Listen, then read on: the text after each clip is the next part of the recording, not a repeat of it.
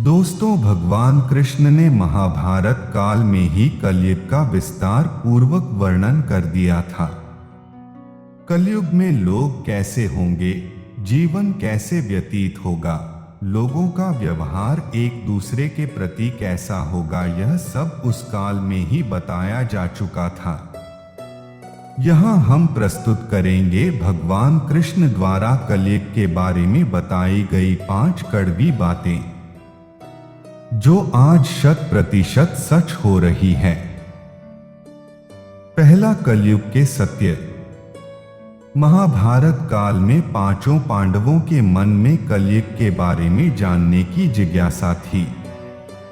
उन्होंने श्री कृष्ण से एक बार पूछा कि कलयुग में मनुष्य कैसा होगा, लोगों के विचार कैसे होंगे और मोक्ष प्राप्ति कैसे होगी। ये प्रश्न सुनकर श्री कृष्ण ने 5 पांडवों को वन में जाने को कहा।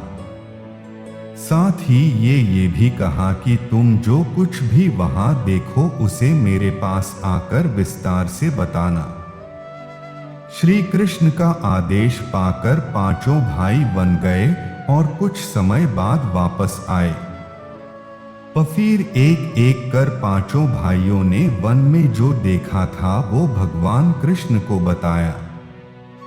दूसरा, युधिष्ठिर के प्रश्न। सबसे पहले युधिष्ठिर ने श्री कृष्ण को बताया कि उन्होंने वन में 2 सूंड वाले हाथी को देखा।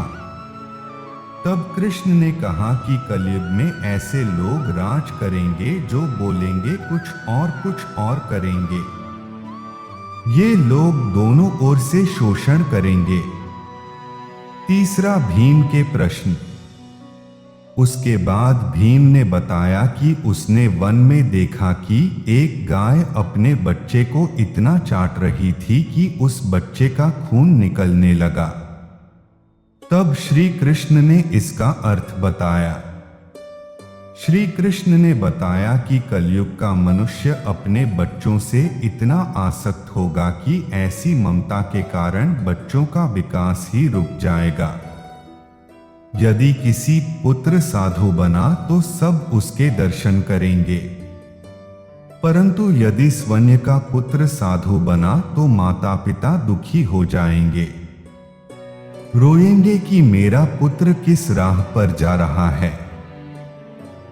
कलयुग में लोग बच्चों को मोहमाया और परिवार में ही बांध कर रखेंगे।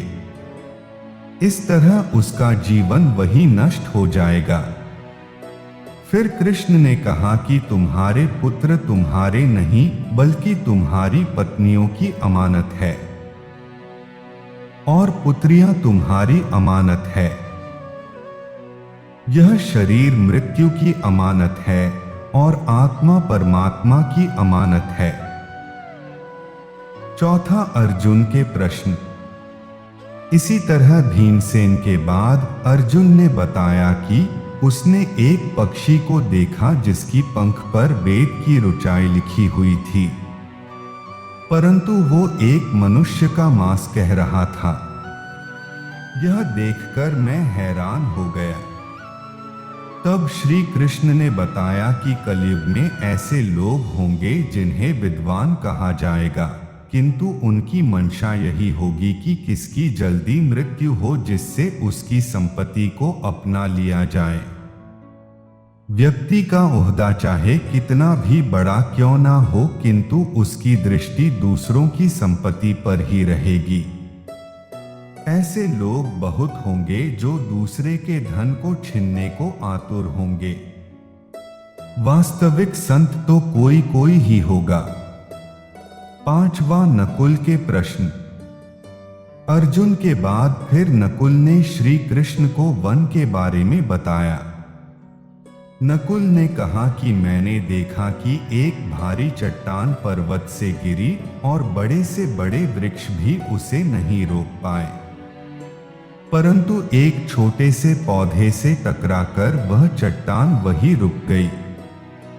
तब इसका अर्थ बताते हुए श्री कृष्ण ने कहा कि कलयुग में मनुष्य की बुद्धि क्षीण होगी, उसका जीवन पतन होगा और इस पतन को धन या सत्ता के वृक्ष रोकने में सक्षम नहीं होंगे, किंतु हरिनाम रूपी एक छोटे से पौधे से मनुष्य का जीवन पतित होने से रुक जाएगा। हरि कीर्तन से मनुष्य की बुद्धि प्रबल होगी। सहदेव के प्रश्न। अपने चारों भाइयों की तरह सहदेव ने भी भगवान कृष्ण से वन की बात बताई। सहदेव ने बताया कि उसने वन में अनेकों कुएं देखे, जिनमें से केवल बीच का कुआं खाली था जो कि सबसे गहरा था। कृष्ण ने सहदेव को इसका अर्थ बताते हुए कहा कि कलयुग में धनी व्यक्ति अपने शौक के लिए पुत्री विवाह में, उत्सवों में बहुतायत में धन खर्च करेंगे, परंतु यदि किसी भूखे को देखेंगे तो उसकी सहायता करने में किसी की कोई रुचि नहीं होगी।